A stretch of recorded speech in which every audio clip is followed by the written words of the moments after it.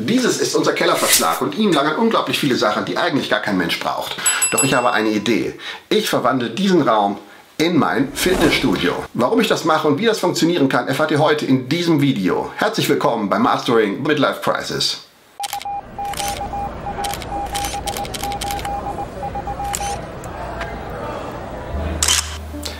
Es geht mir wie so vielen anderen jenseits der 40. Man sitzt viel zu viel, man bewegt sich viel zu wenig, der Stress in Job und Familie tut ein Übriges.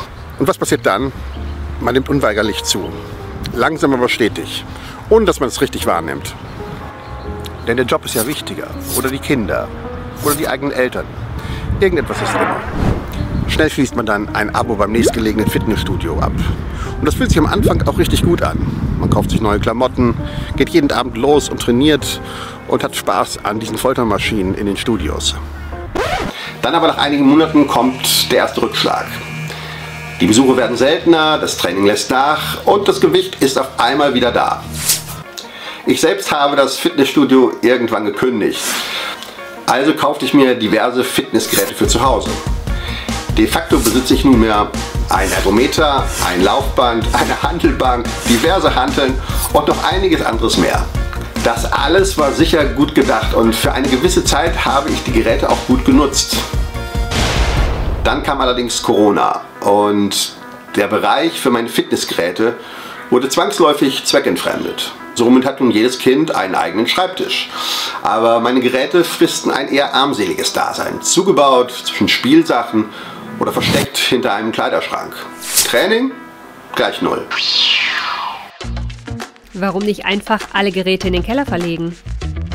Ja, wenn das mal so einfach wäre. Wenn man draußen vor den Toren der Stadt lebt, dann hat man vor allem eins nicht: Platzprobleme.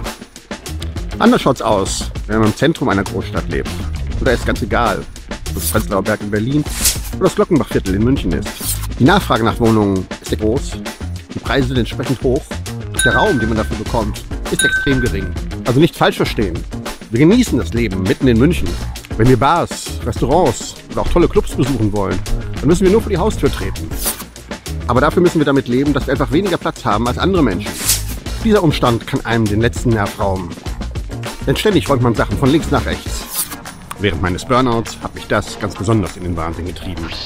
Man wird also erfinderisch und nutzt jeden Wohnraum-Hack, um die eigenen vier Wände bestmöglich zu nutzen. Womit wir wieder bei der Frage meiner Fitnessgeräte angekommen sind. Denn diese fristen mangels Platz ja nach wie vor ein sehr tristes Dasein hier in unserer kleinen Wohnung. Ich habe daher eine Idee entwickelt. Wir haben einen Kellerverschlag und vor wenigen Wochen haben wir ihn nach etlichen Jahren endlich mal wieder aufgeräumt. Und dabei auch ein wenig Platz gewonnen. Und diese paar Quadratmeter möchte ich nun alternativ nutzen. Das ist ein Raum, den wahrscheinlich viele von euch auch so haben. Hier lagert man die Winterklamotten, die Sommerklamotten und all das Gerümpel, das man nicht mehr braucht. Und ein paar Umzugskisten stehen hier auch noch immer rum. Ich habe mir in den Kopf gesetzt, dass dieser Raum, zumindest ein kleiner Teil davon, soll zu meinem Fitnessstudio werden. Ich möchte gerne mein Ergometer, mein Laufband und meine Hantelbank unterbringen, sodass ich abends nicht in irgendein Fitnessstudio fahren muss, sondern einfach kurz in den Keller gehe und hier ein bisschen trainiere. Ob das gelingen wird? Ich bin gespannt und wir werden jetzt mal schauen, was wir hier machen können. So, aber bevor es nun wirklich losgeht, holen wir doch mal das Urteil der Damen des Hauses ein. Ja, hallo. Ja, nee. Na? So. Ich bin in unserem Keller. Ja, Willst du mal reingehen? Was hast du? Du hast ja gar nichts gemacht. Es ist erstmal der Plan. Erstmal nur der Plan. Okay, gut. Weißt du, was ich mitmachen möchte? Ja, ein Fitnessstudio hier unten aufbauen. Ja, umbauen. was hältst du von dem Gedanken? Feel free, viel Spaß. Nun gut, feel free, viel Spaß. Dann legen wir also mal los und krempeln den Keller auf links.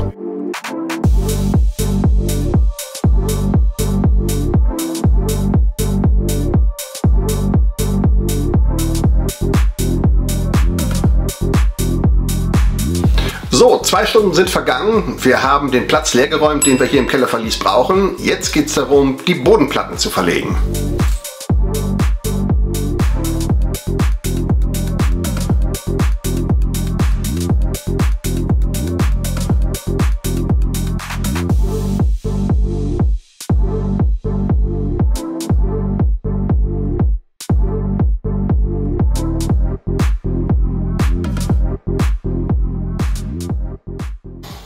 So, die Bodenplatten sind installiert. Es liegt noch nicht alles ganz so perfekt, wie ich mir das vorgestellt habe. Das müssen wir noch mal nachjustieren, wenn denn dann auch die Geräte hier unten stehen. Was hier noch fehlt, ist ein wenig Beleuchtung. Wir haben im Moment das Licht der Kamera, aber hier im Rest des Raums ist es einfach noch zu dunkel. Ich habe deshalb mir etwas besorgt. Dieses kleine schöne Ding hier ist eine LED-Lampe mit Batterieantrieb und die werde ich jetzt mal hier in der Decke installieren. Das Schöne ist, sie ist magnetisch und deshalb kann man sie einfach hier an die Stahlträger, die unter der Decke hängen, installieren.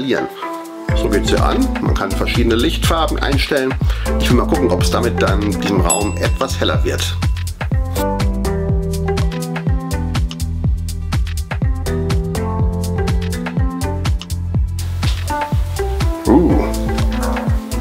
Fancy. Nicht schlecht. Mit so einer kleinen Fernbedienung kann man diese Lampen auch steuern. Mal gucken, ob sie vielleicht einfach eine Runde weiter hinten besser installiert ist.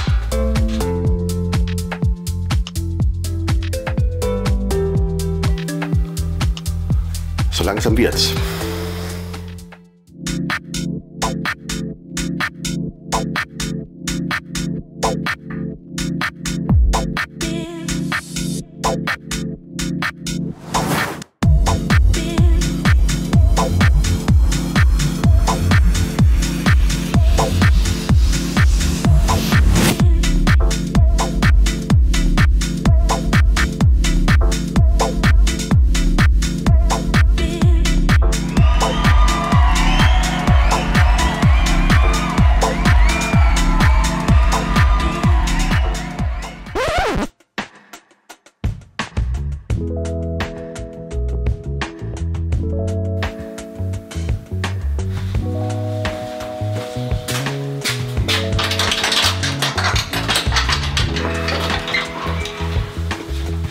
So, da sind wir wieder.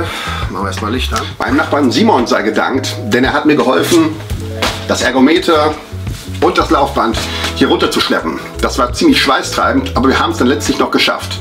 Dummerweise war niemand mit einer Kamera zugegen, deshalb haben wir das leider nicht filmen können. Aber hier stehen sie nun. Ergometer und Laufband. Also, runter mit der Plane.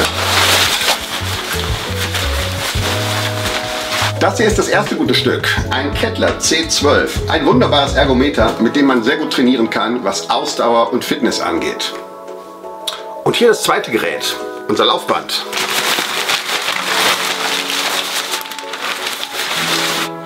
Ein Treadmill R1, ein wunderbares Laufband, bestens geeignet für Gehen und langsames Laufen bis zu 12 Stundenkilometer. Jetzt stehen also beide Geräte hier, allerdings habe ich noch ein Problem. Es gibt in diesem Kellerverschlag einfach keinen eigenen Stromanschluss.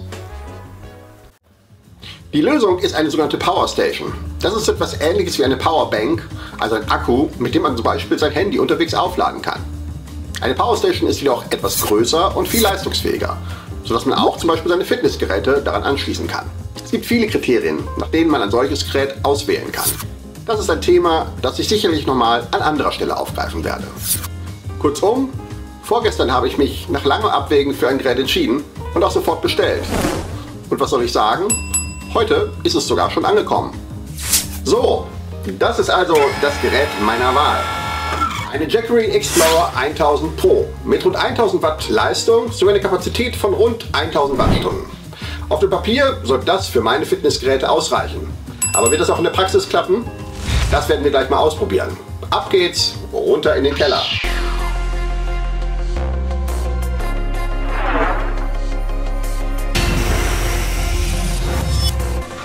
Füße in die Pedalen und jetzt schauen wir mal. Ich melde dich als Gast an. Freies Training. 3, 2, 1. Auf geht's.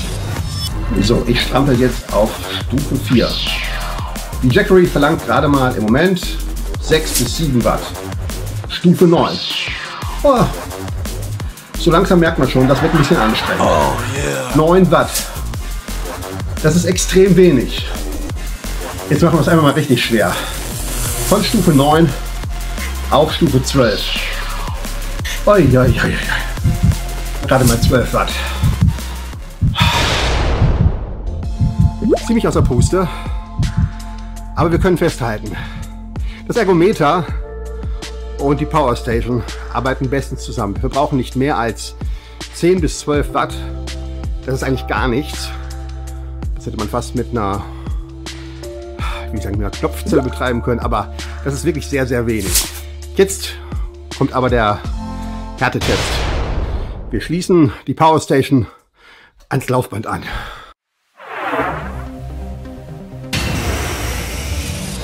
Auf geht's. 2,5 Stundenkilometer. Ganz einfaches Gehen. Leo, wie viel? 165, jetzt 206. 206 Watt Verbrauch. Wir machen weiter. Gehen jetzt mal hoch auf 4,5 Stundenkilometer. 363 Watt. Wir steigern uns auf 6 Stundenkilometer. Leo. 404. 404 Watt. 506. 506, das ist direkt, also geht schneller. Okay, gehen wir weiter. 7,5 Stundenkilometer. Leo, wie viel?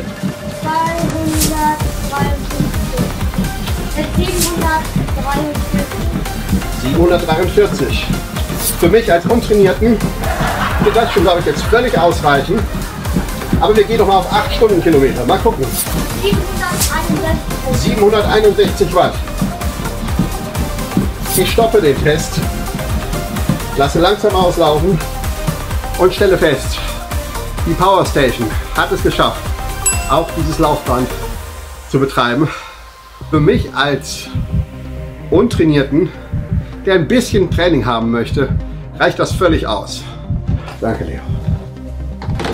Ich bin auf jeden Fall unglaublich happy und freue mich auf die ersten Trainingseinheiten hier, morgens, mittags oder auch abends. Ich muss nur noch einmal kurz die Treppen runtersteigen in den Keller und habe jetzt hier mein kleines Fitnessstudio. Das ist wunderbar. Bleibt doch die Frage des Tages. Gehst du gerne ins Studio oder treibst du zu Hause gerne Sport? Ich freue mich auf eure Kommentare hier unten direkt in der Kommentarspalte. Und falls euch das Video gefallen haben sollte, dann gebt mir doch gerne ein Like oder abonniert den Kanal. In diesem Sinne, bis demnächst bei Mastering Midlife Crisis.